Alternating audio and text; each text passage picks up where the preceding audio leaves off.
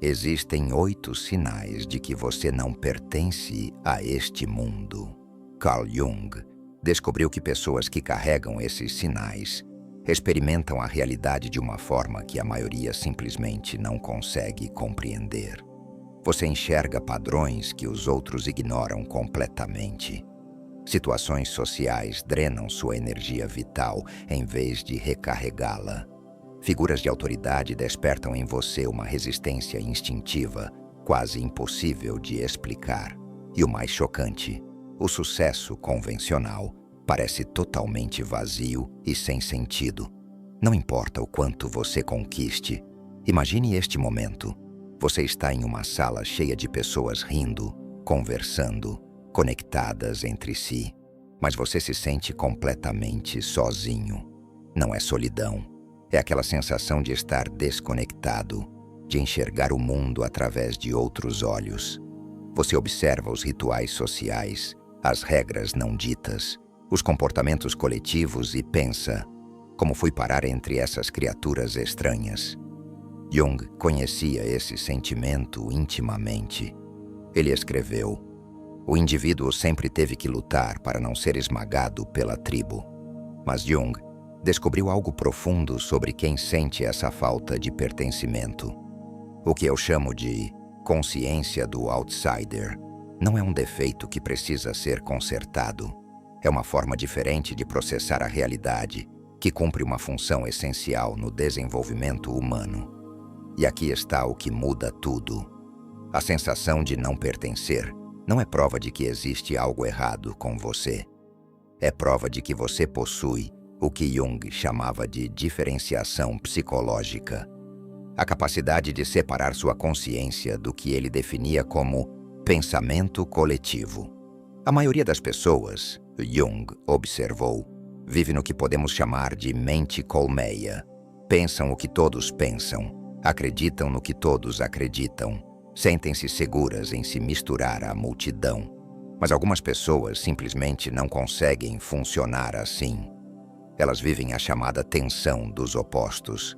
Fazem parte da humanidade, mas permanecem psicologicamente separadas da consciência coletiva. Isso gera aquela sensação persistente de estar observando o comportamento humano de fora, como um antropólogo estudando uma cultura estranha. E Jung concluiu: isso não é um defeito de caráter, é evolução psicológica em ação. O primeiro sinal é o que chamo de hiperpercepção de padrões. Jung observou que indivíduos diferenciados percebem naturalmente conexões, sistemas e estruturas ocultas que permanecem invisíveis ao pensamento convencional. Ele escreveu: sua visão se torna clara quando você olha para dentro do seu coração. Quem olha para fora, sonha. Quem olha para dentro, desperta. E você provavelmente já experimentou esse despertar. A habilidade de enxergar além das aparências superficiais para acessar as realidades ocultas. Você pode perceber quando as palavras de alguém contradizem sua energia, como sistemas sociais perpetuam disfunções de propósito, ou como certas crenças coletivas existem apenas para manter as pessoas inconscientes. Isso não é paranoia. Não é pensar demais. É o que Jung chamava de percepção superior. A capacidade de enxergar além da realidade de consenso. Mas aqui está o desafio. Quando você aponta esses padrões, as pessoas muitas vezes reagem com confusão ou resistência. Elas não conseguem ver o que você vê e, por isso, presumem que você está imaginando coisas. Jung entendia bem essa dinâmica. Ele disse: tudo aquilo que nos irrita nos outros pode nos levar a uma melhor compreensão de nós mesmos. Sua percepção de padrões incomoda porque força os outros a questionarem suposições que nunca tiveram coragem de examinar. Você se torna o que chamo de espelho desconfortável, refletindo verdades que a maioria prefere ignorar. O segundo sinal: a força restauradora da solidão. A pesquisa de Jung sobre tipos psicológicos revelou algo crucial sobre indivíduos diferenciados. Enquanto a maioria ganha energia da interação social, você encontra força no que chamo de restauração pela solidão. E isso vai além da simples introversão. Jung diferenciava a introversão social da introversão psicológica. A necessidade de processar a realidade internamente antes de se engajar com o mundo externo. Ele escreveu: "A solidão é para mim uma fonte de cura que torna a vida digna de ser vivida. Na solidão você não se sente solitário, você se sente completo. É nesse espaço que você pensa com clareza, sem a interferência do estado emocional dos outros. É quando você pode processar suas experiências sem precisar representar papéis sociais. E mais importante, é quando você se conecta com o que Jung chamava de função transcendente. A parte da psique que integra o consciente e o inconsciente. Comente se você sempre se sentiu mais energizado sozinho do que em multidões. Para mim, a solidão é onde me encontro. Mas a sociedade patologiza essa necessidade. Talvez já tenham lhe dito que você é antissocial, depressivo ou que está perdendo a vida. Jung discordaria. Ele descobriu que os indivíduos diferenciados precisam da solidão para manter o equilíbrio psicológico. Sem ela, tornam-se vulneráveis ao que Jung chamava de contaminação psíquica, absorver as projeções inconscientes dos outros. O terceiro sinal, resistência à autoridade. Jung observou que indivíduos diferenciados apresentam algo que chamo de síndrome de resistência à autoridade. Isso não é rebeldia gratuita. É uma resposta instintiva diante de qualquer forma de poder ilegítimo. Ele escreveu: "O indivíduo sempre teve que lutar para não ser esmagado pela tribo. Parte dessa luta está em reconhecer quando a autoridade é baseada em sabedoria genuína e quando se apoia apenas em controle e manipulação. Provavelmente você já se viu em conflito com chefes, professores ou figuras de poder ao longo da vida. Não porque seja desafiador por natureza, mas porque você sente quando alguém exerce poder sem a sabedoria ou a moral necessárias para justificá-lo. Essa sensibilidade vem do que Jung chamou de arquétipo do governante sábio. Um entendimento inato de como o poder deveria ser exercido. Quando você encontra figuras que abusam da autoridade, sua psique reage com uma rejeição visceral. O quarto sinal, o vazio do sucesso convencional. Aqui é onde os insights de Jung se tornam revolucionários. Ele descobriu que indivíduos diferenciados são incapazes de encontrar realização nas definições convencionais de sucesso. Isso porque sua vida é orientada não para conquistas sociais, mas para o que Jung chamava de processo de individuação. Ele escreveu: "O privilégio de uma vida inteira é tornar-se quem você realmente é. Mas para os diferenciados, tornar-se quem realmente são geralmente significa rejeitar tudo aquilo que a sociedade insiste que deveriam desejar. Você pode até ter conquistado coisas que impressionam os outros. Boas notas, promoções, sucesso financeiro. Mas por dentro, tudo pareceu vazio. Isso não é ingratidão, nem depressão. É a psique enviando uma mensagem clara. Realizações externas não satisfazem o impulso pela totalidade interior." O quinto sinal, a disforia da conquista. Jung notou que pessoas diferenciadas sofrem do que chamo de disforia da conquista, um profundo sentimento de desconexão que surge justamente quando alcançam o sucesso nos termos da sociedade. Quanto melhor você se sai em sistemas nos quais não acredita, mais distante se sente de seu eu autêntico. E isso cria um conflito interno que os outros não conseguem compreender. Sua família comemora sua promoção, mas você sente que algo dentro de si está morrendo. Seus amigos invejam suas conquistas, enquanto você se pergunta por que se sente tão vazio. Jung chamou isso de o preço da adaptação, o sucesso no mundo externo, às custas da autenticidade interna. Indivíduos diferenciados não são movidos por status ou reconhecimento. São movidos por significado, autenticidade e serviço a algo maior do que eles mesmos.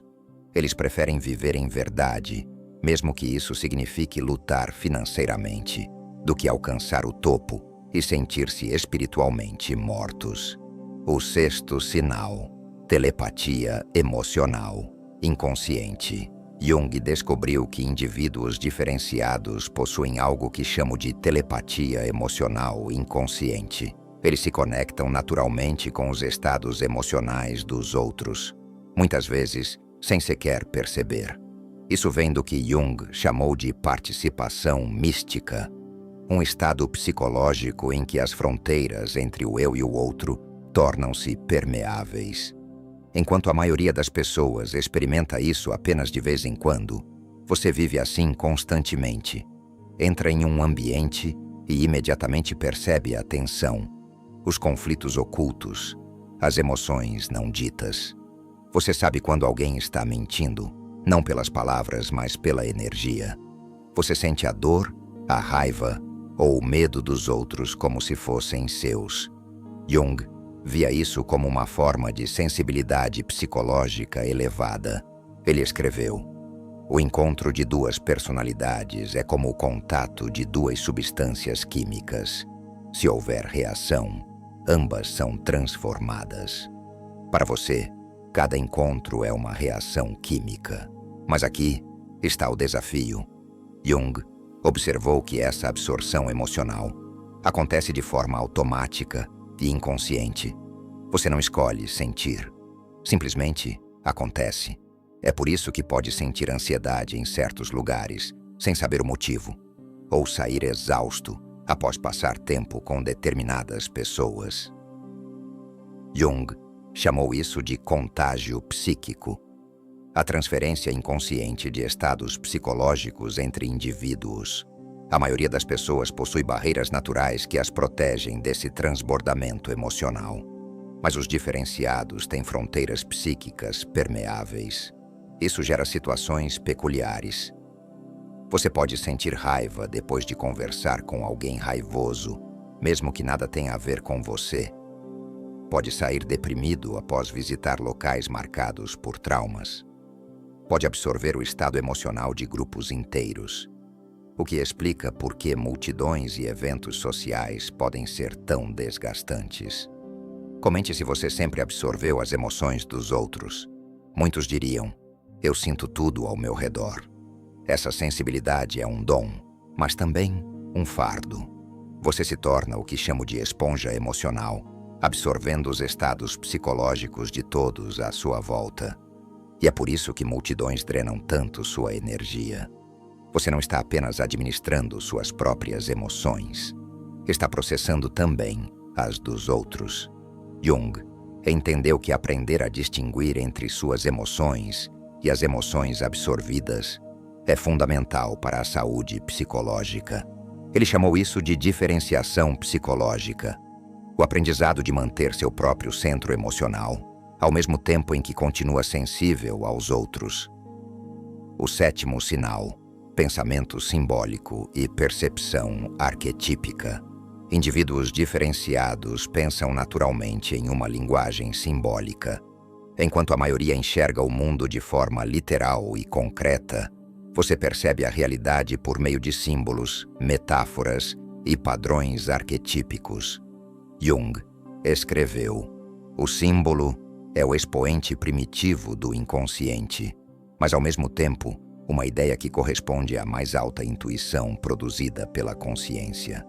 Você é fluente nessa linguagem simbólica porque acessa de forma natural o que Jung chamava de inconsciente coletivo. Encontra significado profundo em sonhos, coincidências e sincronicidades. Entende que mitos, contos de fadas e histórias não são apenas entretenimento, mas expressões de verdades eternas em forma simbólica. Reconhece a jornada do herói acontecendo em sua vida e na vida dos outros. Esse modo de pensar, Jung dizia, não é regressão, mas um estágio mais avançado da consciência. O pensamento literal lida com a superfície. O pensamento simbólico revela as estruturas ocultas que governam a realidade. Você compreende conceitos psicológicos ou espirituais complexos de forma intuitiva, mesmo sem estudo formal. Enxerga padrões arquetípicos em política, relacionamentos e dinâmicas sociais. Isso é o que Jung chamava de percepção arquetípica. A habilidade de ver, por trás dos eventos superficiais, as forças psicológicas profundas que estão em jogo. O oitavo sinal: transformação. Através da crise, Jung fez uma observação crucial. Indivíduos diferenciados inevitavelmente passam pelo que ele chamou de encontro com o inconsciente. São períodos de intensa crise psicológica, depressão, ansiedade, colapso existencial, emergência espiritual ou perdas profundas que poderiam destruir outras pessoas, mas em vez de destruí-lo, transformam você. Jung escreveu: não nos tornamos iluminados imaginando figuras de luz, mas tornando a escuridão consciente. Seu caminho em direção à diferenciação exigiu enfrentar aspectos de si mesmo e da realidade que a maioria evita durante toda a vida. Essas crises são o que chamo de aceleradores de consciência. Forçam um desenvolvimento psicológico rápido, impossível de alcançar por experiências comuns. Se você já foi transformado por seus momentos mais sombrios, pode dizer: minha queda foi o início do meu despertar. Jung chamou esse processo de individuação, a jornada rumo à totalidade psicológica, que exige integrar tanto a luz quanto a sombra da psique. Seu sofrimento não foi aleatório, nem sem propósito. Ele representou o que Jung descreveu como o preço da consciência, o custo de se desenvolver além da consciência convencional e alcançar a autenticidade do self. Talvez o sinal mais importante que Jung identificou seja este: apesar de sentir que não pertence a este mundo, você carrega um chamado irresistível para ajudar os outros a se desenvolverem além de suas limitações atuais. Jung descobriu que indivíduos diferenciados se tornam naturalmente o que ele chamava de agentes da individuação. Pessoas que ajudam os outros a reconhecer e cultivar seu potencial autêntico. Isso não é uma escolha de carreira. É uma compulsão psicológica. Você não consegue evitar compartilhar insights, fazer perguntas desconfortáveis ou desafiar os outros a pensarem mais profundamente.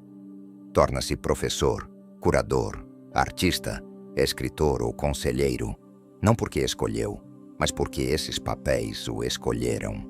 Jung escreveu: o privilégio de uma vida é tornar-se quem você realmente é.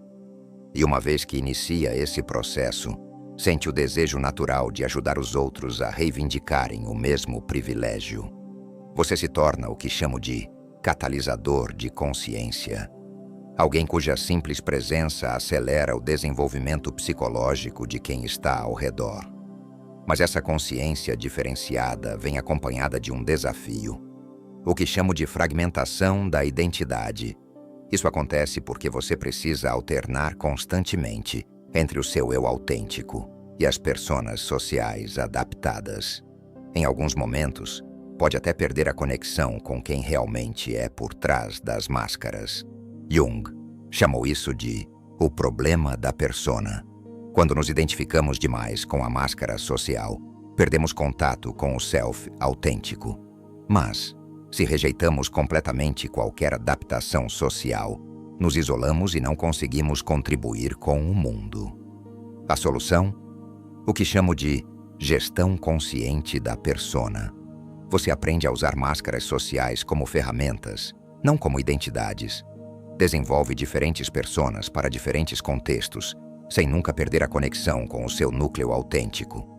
Jung disse: o sapato que serve em uma pessoa aperta outra. Não existe receita de vida que sirva para todos. Sua tarefa não é se encaixar nos moldes existentes, mas encontrar formas de ser autenticamente você dentro deles. Isso envolve o que chamo de tradução social.